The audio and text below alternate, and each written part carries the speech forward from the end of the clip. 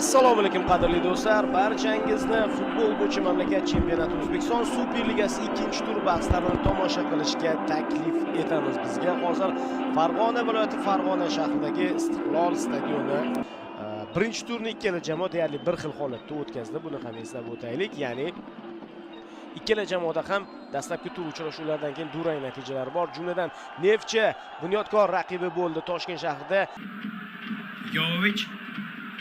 Yovich biroz oldiroqda o'ynayapti. Iskandarov esa sal orqaroqdan joyi egallagan. Gadoyev kutib yetib keldi. Chap oyoqda Shohruh Gadoyevning zarbasi noaniq. Kimlar? Iskandarovdan boshlandi. Yovich orqali keyin jarima maydoniga olib kirildi. Atayin o'tkazib yubordi. Ismoilov ham to'p Gadoyevga yetib keldi. Men o'ng oyoqda to'g'ridan-to'g'ri zarba bermaganida albatta g'alabani qo'lga kirishga urinadi. Ayniqsa mezbonlar, lekin hozir mehmonlar hisobni ochishlari mumkin edi. Ancha xavfli vaziyat.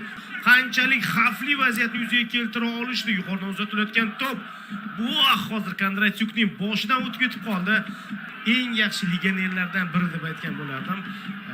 Yovichni Lyukcha Doriyev bilan birgalikda yaxshigina tandem hosil qilgandi. Yovich mana bu zarba. Zarbalar degani bu Iskandarov xavfli jarima zarbalari, bitta to'p uzatish orqali keskin tarzda hujumni rivojlantirib yuborish. Yovich esa bu o'zgacharoq. To'pni egallab tezlik qo'sha oladigan o'yinchi. Yovich.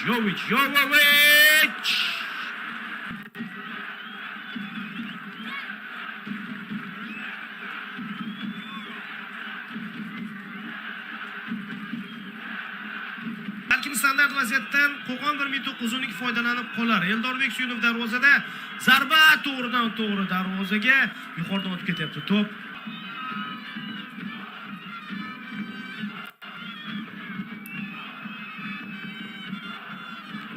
Qaltirsidi.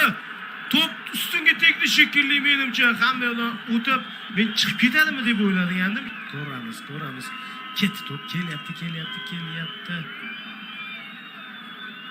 Qo'lga tegdimi?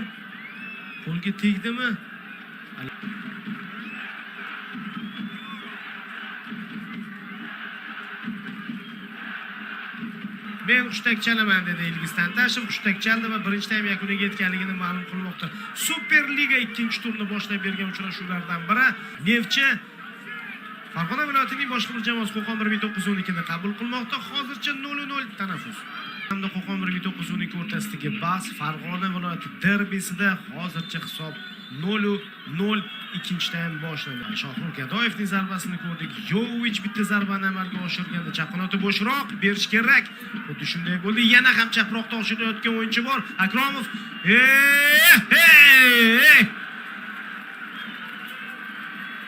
Olisdan berilgan zarba kimdir qoralaydimi? Ko'rgan ekan Eldorbek Suyunovni. Shu bois qancha masofadan hozir to'pni darvozaga tushirmoqchi bo'ldi. Oldiroqqa chiqmagan ekan ham o'zi aslida. Lekin Muhammadanas Hasanovdan chaproqda bir futbolchi ochilayotgandi katta tezlik bilan.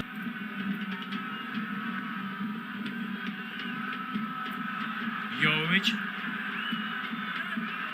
Mana bu zarba.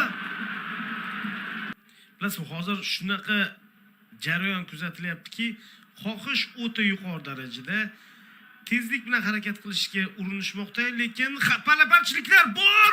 Yovich birinchi, ikkinchi urinishi. Bosimni kuchaytirdi. Bilasizmi, endi aytayotgandim, bor intilish, xohish bor, lekin palaparchiliklar ko'p. Bunga darvoza bo'sh. Ketadimi? Voy, yo'q. Ahey.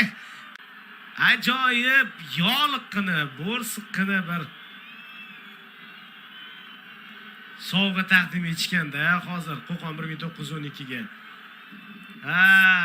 Xolturayev edi bu, Jasur Xolturayev.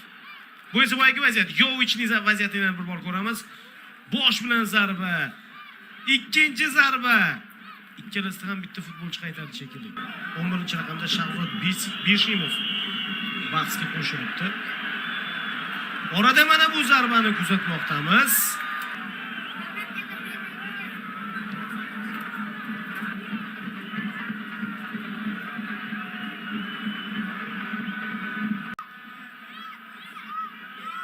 Yaxshi hujum bo'lishi mumkin bu. Yovich birga bir holatda juda maza qiladi u. Mana bu zarba esa anchagina noaniq.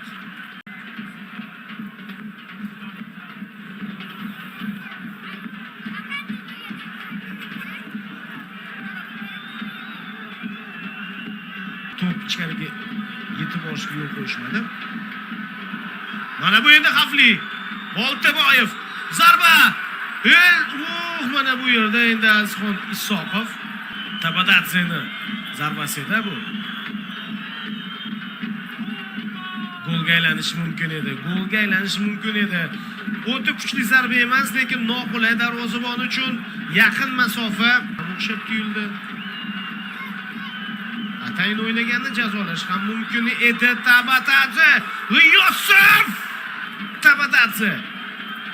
Oxirgi lahzalar yonyapti Istiqlol stadionida, maydonda.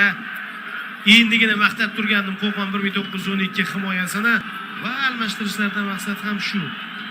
Charchaganlarni olish, nisbatan yangi kuchlarni maydonga tashlash. Iskandarov. Atayin o'tkazib yubordi Tabatatsi. Zarba hozirlanyapti.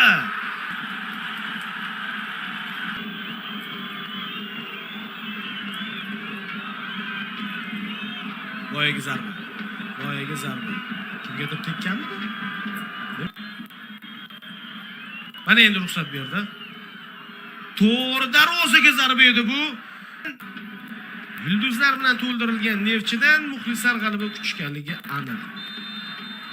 Bo'ldi qadrli do'stlar, Tantashev bugungi uchrashuv uchun final hushtakini chaldi. Farg'ona shahridagi Istiqlol stadioni mezbonlik qilgan Farg'ona viloyati derbisida g'olib nomiga joriy mavsum oydinlik kirita olmadik.